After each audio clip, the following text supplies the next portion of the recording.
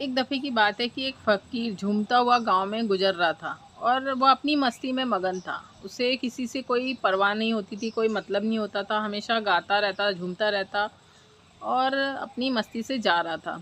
ऐसा देखा जाता है कि फ़कीर ही दीवाने होते हैं।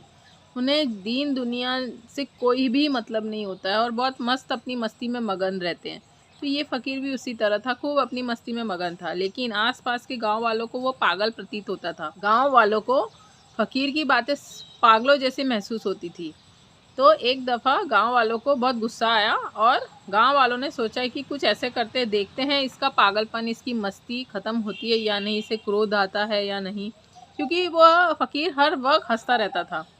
तो गांव वालों ने उसके ऊपर क्या किया, एक दिन वह गांव से होते हुए गुजर रहा था तो एक जूते की माला उसके गले में पहना दी। गांव वाले देखना चाहते थे कि अब ये किस तरह रिएक्ट करता है। तो वो फ़कीर रहता है, वो बड़ा खुश होता और ज़्यादा झूमने लग जाता। वह पागल फ़कीर और ज़्यादा झूमने लग जाता और अवभाव प्रकट करता। गांव वाले और ज़्यादा हैरान हो जाते कि हमने इसमें जूते की माला पहना दी, इसने कुछ रिएक्ट ही नहीं किया। वह फ़कीर ऊपर देखता है और ऐसे हाथ फैलाकर परमात्मा को कहता है कि तेरा बहुत बहुत शुक्रिया। रात मेरे जूते फट गए थे, तूने मुझे एक जूते की जोड़ी नहीं अनेकों जूते का उपहार दे दिया।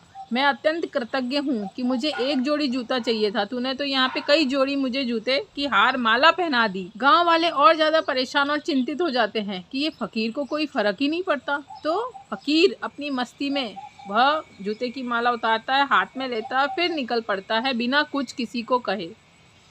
तो गाइस, ये कहानी हमें सीख देती है, आपके समक्ष कितनी भी कठिन परिस्थितियाँ आती है, आपके ऊपर डिपेंड करता है, आपके नज़रिए पे डिपेंड करता है कि हम उसे किस तरह लेते।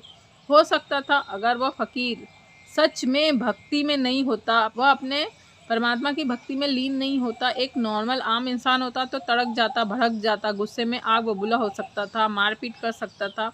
तो इस तरह से कुछ रिएक्शन हो सकता था। लेकिन असल में वह फ़कीर बहुत बड़ा विद्वान था। जैसे ही गांव वालों को पता चला, गांव वालों ने फिर उस फ़कीर को ढूंढा और जाकर उससे क्षमा मांगी।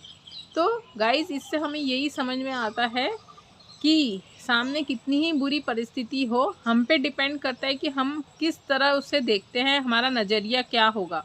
अगर हम कोई भी परिस्थिति को सीखने की कोशिश करते हैं, उस सिचुएशन से, उस इन्वायरमेंट से अगर हम कुछ पॉजिटिव निकाल सके, हो सके तो पॉजिटिव अगर निकाल लेते हैं तो वो हमारे लिए ही अच्छा है। हम ही चिंता, विषाद, दुख, संताप से दूर रहेंगे। तो गाइज़, अगर इस कहानी से कुछ भी सीखने मिला तो कमेंट करके ज़रूर बताएं। जल्द मिलेंगे नए किस्से कहानी के साथ, तब तक शुभेच्छा।